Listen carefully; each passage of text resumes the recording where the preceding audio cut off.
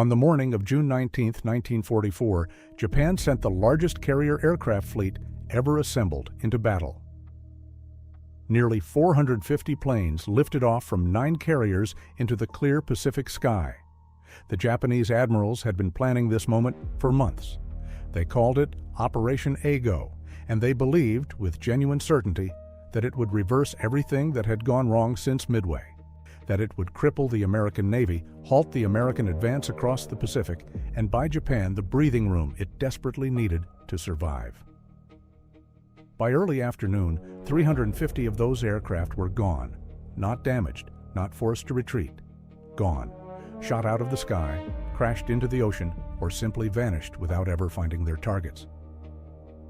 The American fighter pilots who tore through them were so overwhelmed by the sheer number of easy kills that one veteran compared it, almost laughing, to a peacetime turkey shoot. The name stuck.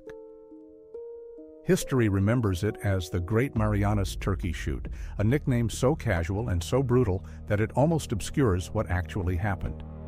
Because this was not just a bad day for Japan. This was the day Japan's naval air power ceased to exist as a serious fighting force. The war did not end that afternoon, but the outcome of it became, for anyone willing to look clearly, almost impossible to change. To understand why June 19th happened the way it did, you have to go back, not to the Pacific War, but further, to the geography of an ocean and to the decisions 2 nations made about how to fight across it. Open any map of the Pacific, and the first thing that hits you is the emptiness. Between the American West Coast and Japan lies roughly 6,000 miles of water, broken only by scattered island chains that sit like punctuation marks across an otherwise blank page. The Hawaiian Islands, the Marshalls, the Carolines, the Marianas. Each group of islands becomes, in a naval war, not just a piece of land, but a platform. A place to park aircraft, to refuel ships, to project force in every direction for hundreds of miles. Whoever holds the right islands holds the corridors of the Pacific. The Americans understood this from the first weeks of the war, and so did Japan. The entire 3 years of fighting between Pearl Harbor and June 1944 can be read as a slow, brutal argument over which nation would hold those corridors. The Marianas themselves were the key to everything in the summer of 1944. Saipan, Tinian, and Guam sat roughly 1,500 miles south of Tokyo, close enough that the new American B-29 Superfortress bomber, if it could operate from airfields there, could reach the Japanese home islands directly. The Japanese High Command understood exactly what American possession of the Marianas would mean. It would mean that Japan's cities, its factories, its oil refineries, its shipyards, everything that kept the war economy running, would be within range of the most powerful bombing aircraft ever built. Defending the Marianas was not optional, it was existential, and that is why Ozawa was willing to commit his entire remaining carrier force to the battle, knowing the odds were uncertain and the stakes were total. Japan's strategic position in early 1944 was not hopeless, but it was deteriorating. After Midway in June 1942, where 4 Japanese fleet carriers were sunk in a single day, the balance of carrier power had shifted. Japan had spent the following 2 years trying to rebuild, training new pilots, constructing new ships, organizing its remaining forces into what it hoped would be a decisive strike force. The man given the task of making that strike force work was Vice Admiral Jisaburo Ozawa, a thoughtful, technically sophisticated officer who understood carrier warfare better than almost anyone in the Japanese Navy. Ozawa commanded the first mobile fleet, and by the spring of 1944, he had assembled 9 carriers, 5 battleships, 13 cruisers, and 28 destroyers. On paper, it was formidable. In reality, beneath the surface of those impressive numbers, there were cracks running through the entire structure that no amount of planning could paper over.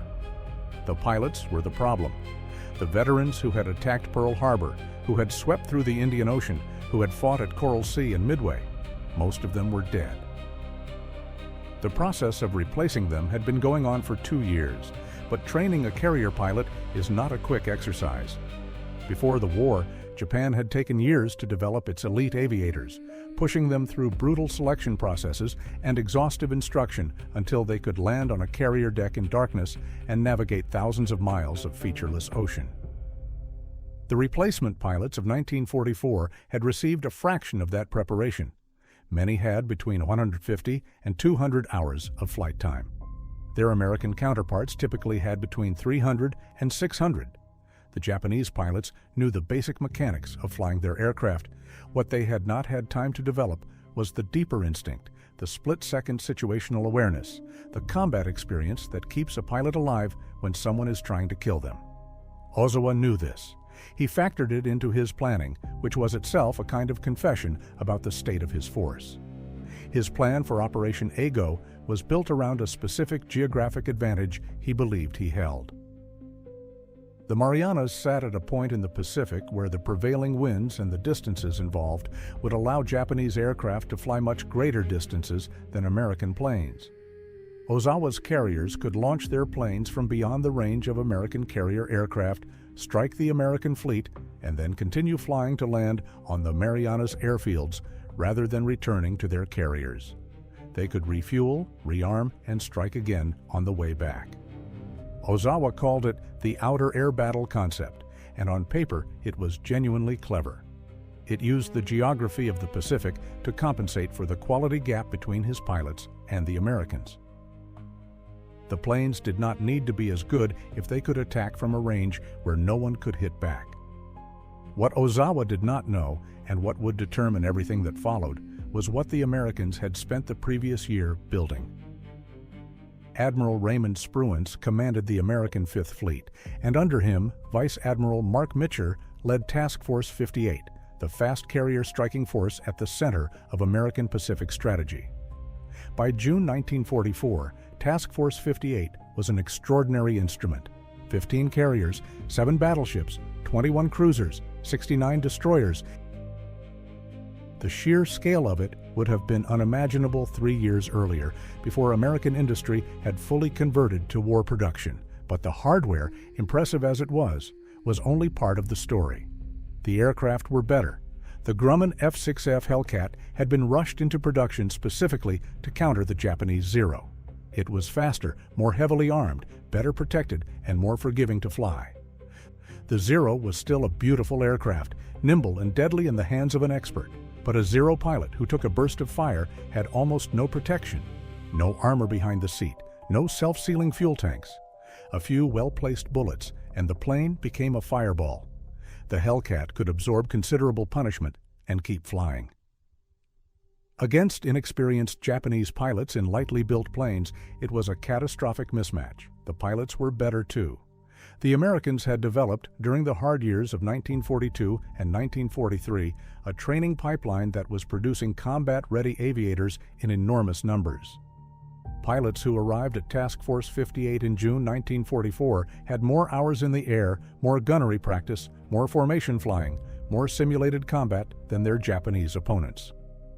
They had also absorbed the tactical lessons of 2 years of Pacific fighting. They knew how the Zero turned. They knew what angle of attack exposed it. They knew how to use the Hellcat's superior diving speed to disengage from a fight they were losing and re-enter one they could win. And then there was something Ozawa had no idea existed. Something that, more than any individual weapon or any single decision, would make June 19th the disaster it became. Not radar in the simple sense. Every Navy had some form of it by 1944. What Task Force 58 had was a fully integrated fighter direction system that could detect incoming aircraft at distances of over 150 miles, track multiple raids simultaneously, calculate their speed and heading, and vector American fighters to intercept positions with a precision that turned the sky over the fleet into something close to a managed killing ground.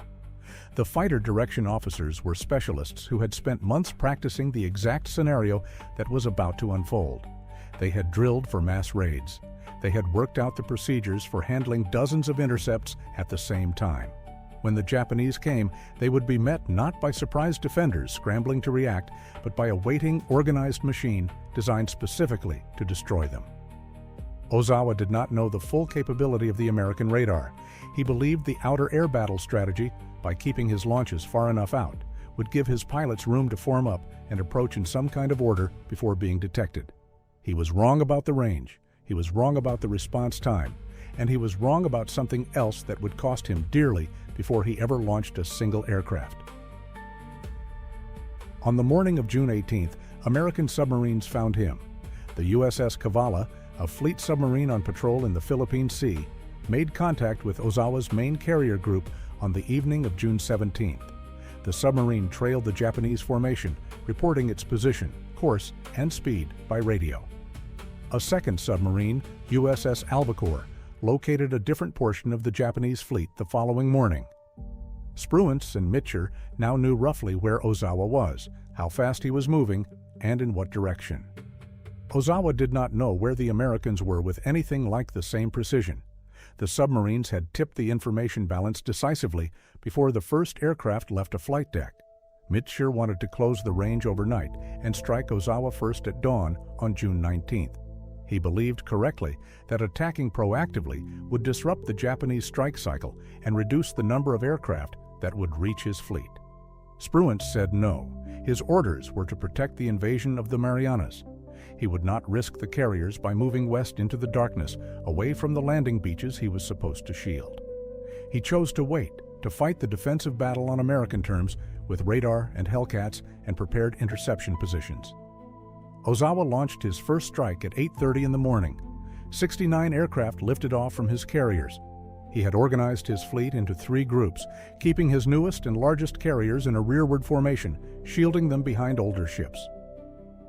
The first aircraft launched came from the smaller carriers of his vanguard force, planes intended to find the Americans, engage their combat air patrol, and draw attention away from the main strike that would follow. They climbed to altitude and turned east toward the American fleet. They had roughly 300 miles to cover. At the flagship of Task Force 58, the USS Lexington, the fighter direction officers had already seen them coming. The radar returns were clear at over 140 miles. That gave the Americans roughly 20 minutes to react, to vector their combat air patrol to the right altitude and position, and to launch additional fighters to reinforce the intercept line. By the time the Japanese aircraft reached the edge of the interception zone, the Americans were waiting at the right height, in the right position, with the tactical advantage. The first raid ran into a wall. American fighters hit the Japanese formation from above and behind, the preferred attack angle that allowed them to use the Hellcat's diving speed and avoid the Zero's superior turning ability at low speed. The Japanese pilots, already flying at the edge of their range and competence, found themselves in exactly the kind of chaotic multi-aircraft engagement that their limited training had not prepared them for. Some broke formation and tried to turn and fight. Others pressed on toward the fleet. Neither choice worked particularly well. The Americans had numbers, position, and experience. The Hellcats rolled through the Japanese formation again and again. Aircraft fell. Some caught fire immediately, others trailed smoke and spiraled slowly downward. A few Japanese pilots reached the outer ring of the American fleet, where they ran into anti-aircraft fire from the escorting battleships and cruisers that was extraordinarily dense and accurate. Proximity-fused shells, a technology Japan did not possess, detonated near incoming aircraft without requiring a direct hit, filling the approach corridors with shrapnel. Of the 69 aircraft in the first raid, 42 were shot down before a single bomb or torpedo reached a fleet carrier. Ozawa did not know this yet. He pressed forward. The second strike launched at 8:56 before the fate of the first was fully clear. 128 aircraft this time, the largest single launch of the day, drawn from the big carriers of his main force. If any part of his plan was going to work, it was supposed to be this. It never came close to working. The fighter direction system had already processed the first raid, refueled and rearmed some of its fighters, and was tracking the second raid on radar as it formed up and turned east. The Japanese were sending large, organized formations on predictable headings at predictable speeds. They were coming in waves, and the waves were readable. The Americans sent out more fighters, stacking them in altitude layers across the intercept zone. When the second strike entered the combat area, the results were worse than the first. The larger formation was also a larger target. American pilots later recalled that the sky was so full of Japanese aircraft it was difficult to miss. One American pilot, Commander David McCampbell, leading his squadron into the second strike, shot down 7 Japanese aircraft in a single engagement that morning. He would finish the day as the highest-scoring American ace in a single day of combat in the entire Pacific War. Other pilots scored 4, 5, 6 kills in the rolling series of engagements as the second raid was torn apart over the Philippine Sea. Roughly 97 of the 128 aircraft were destroyed. But the worst was still to come for Ozawa, and it came not from the sky, but from below the surface of the water. At 9:09 in the morning, while his pilots were dying in the air above him, the submarine USS Albacore found the carrier Taiho. The Taiho was Ozawa's flagship, the largest and newest carrier in the Japanese fleet, completed just months earlier, and considered the most powerful carrier in the world at that moment. A single torpedo struck her in the forward section. The damage initially seemed manageable, but the torpedo hit had ruptured aviation fuel lines, and a damage control officer made a catastrophic decision. He opened the ship's ventilation system to clear the fumes. Instead of dispersing them, the ventilation fans distributed the vapor through the entire ship. At 3:32 in the afternoon, a spark from an unknown source ignited the accumulated fumes. The Taiho exploded and sank within minutes. Of her crew of nearly 2,800 men, around 1,750 died. The third and fourth Japanese strikes fared no better. The third launch of 47 aircraft suffered badly at the hands of American fighters and largely failed to find the fleet, with surviving aircraft diverting to the Guam airfields. The fourth strike of 82 aircraft split up in confused conditions, with part attacking American positions on Guam and the rest searching fruitlessly for the American carriers. American fighters caught them over Guam and added more kills to the day's staggering total. And while all of this was happening in the air, the submarine USS Kavala found its moment. At 11:52 in the morning, Commander Herman Kostler put 3 torpedoes into the fleet carrier Shokaku. The Shokaku was one of the oldest and most famous carriers in the Japanese Navy. She had been at Pearl Harbor, she had fought at Coral Sea, she had survived everything the Pacific War had thrown at her for 2.5 years. 3 torpedoes opened her hull, and the aviation fuel and ordnance she had been taking on turned the fire inside her into something that could not be fought. She sank at roughly 2:01 in the afternoon. The submarine that killed her was depth-charged for 3 hours by Japanese destroyers, but escaped. By the time the last Japanese aircraft had been shot down or turned back, the arithmetic of the day was almost beyond comprehension. Of the roughly 373 carrier-launched aircraft Ozawa had sent east that morning, approximately 243 were destroyed in the air or so badly damaged as to be useless. Another 100 or so Japanese aircraft based on Guam and other Marianas fields were destroyed in American attacks on those fields during the same period, bringing the total Japanese aircraft losses for the day to somewhere between 350 and 400. American carrier aircraft losses in air combat were 29 planes. 23 American pilots and aircrew were killed. 2 fleet carriers had been sunk by submarines. Ozawa retreated westward with what remained of his fleet, still believing that his aircraft had inflicted comparable damage on the Americans. His pilots, the few who returned, reported hits on American carriers. The reports were wrong. No American fleet carrier had been seriously damaged. A single bomb had hit the battleship South Dakota. The disproportion between what Japan believed it had achieved and what it had actually achieved was so extreme it bordered on the surreal. Mitcher pressed Spruance to give him permission to pursue. The Japanese fleet was running west, damaged, demoralized, its air power effectively destroyed. If Task Force 58 could catch the surviving carriers, it could finish the battle entirely. Permission to pursue finally came on the morning of June 20th, and Mitcher pushed his carriers hard to the west all day, searching. Late in the afternoon, a scout plane found the Japanese fleet. The range was extreme. The strike would take the American aircraft to the far edge of their fuel capacity, and they would be returning in darkness. Mitcher calculated the risks and launched anyway.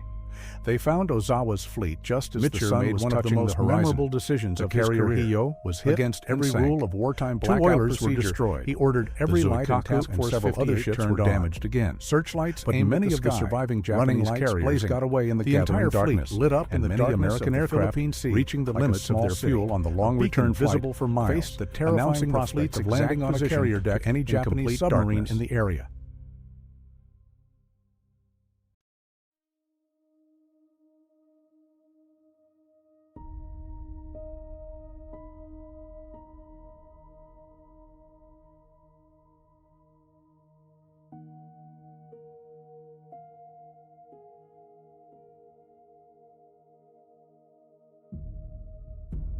He would not let his pilots die in the dark water.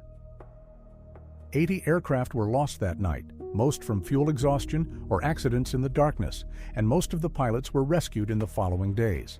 When the accounting was complete, the Battle of the Philippine Sea had cost Japan 3 fleet carriers, hundreds of aircraft, and something that could not be rebuilt at any cost. The experienced pilots, the last remnant of the force that had once made Japanese naval aviation the finest in the world, most of them were gone. The pilots lost over the Philippine Sea in June 1944 had no replacements waiting in any training school.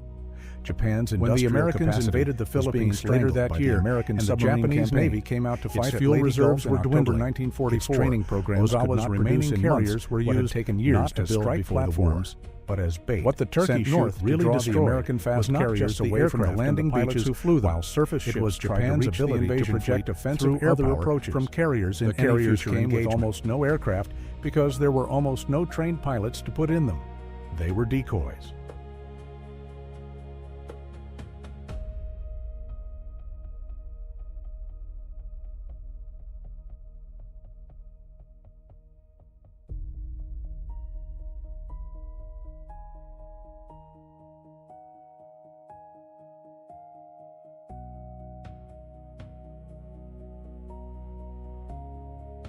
They were decoys. The most powerful naval air arm in the Pacific in 1941 had been reduced in 3 years to empty ships used to attract attention. The reasons for what happened on June 19th reach back further than the battle itself. They reach back to the institutional decisions Japan made in the 1930s about how to train pilots, how to replace losses, how to think about attrition in a long war. Japan's pre-war training system was designed to produce a small number of extraordinarily skilled pilots, an elite that would decide battles quickly and decisively. It was not designed to produce pilots by the thousands over years of grinding industrial war. When Midway destroyed the core of that elite in a single day, Japan had no system in place to rebuild it at the pace the war demanded. Every month after June 1942 saw Japan's advantage in pilot quality erode further, while American training pipelines poured out competent aviators in numbers the Japanese system could not match. The Hellcat is part of the story too. The F-6F had been designed with direct input from pilots who had fought the Zero in combat, men who knew exactly where the Japanese plane was better and exactly where it needed to be beaten. Grumman engineers listened and produced an aircraft that gave American pilots a consistent structural advantage for the first time in the Pacific War. The Zero had been king of the Pacific sky in 1941 and 1942, partly because there was nothing on the American side that could reliably beat it. The Hellcat changed that equation permanently when it entered fleet service in late 1943. The radar and fighter direction system was perhaps the deepest advantage of all because it was invisible to the enemy until the moment it was too late to change anything. Ozawa's outer air battle concept was clever, but it rested on an assumption that the Americans would not know his aircraft were coming until they were relatively close. The radar demolished that assumption before the first Japanese plane crossed the horizon. By the time the morning's raids began, the Americans had turned the airspace above their fleet into something approaching a controlled environment, with fighters positioned by professionals who could see the whole picture and direct their pilots to exactly the right position at exactly the right time. There are historians who argue that Spruance's conservative instincts cost the Americans a complete and total victory. Had Mitsubishi been allowed to close the range on the night of June 18th and strike first at dawn, Japan's carrier force might have been destroyed outright, rather than merely crippled. The surviving carriers that escaped westward on June 20th would later reappear at Leyte Gulf. The argument has genuine merit, but it tends to underweight what was actually accomplished by fighting the defensive battle instead. Spruance's caution kept the invasion fleet safe, kept his own carriers intact, and still produced the most lopsided carrier air battle in the history of naval warfare. A more aggressive choice might have yielded a more complete destruction of the Japanese fleet. It also might have left the landing beaches at Saipan exposed at a critical moment if something had gone wrong in the darkness. Spruance knew what he did not know, and that knowledge shaped his decisions throughout the battle.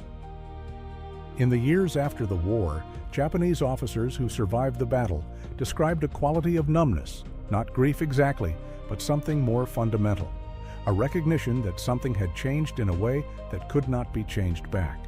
They knew what the losses meant. They knew what it would take to replace those pilots and those aircraft, and they knew that Japan did not have that time or those resources. The war was not over. There were 16 more months of terrible fighting ahead, including Leyte Gulf, Iwo Jima, Okinawa, and the systematic burning of Japanese cities from the air.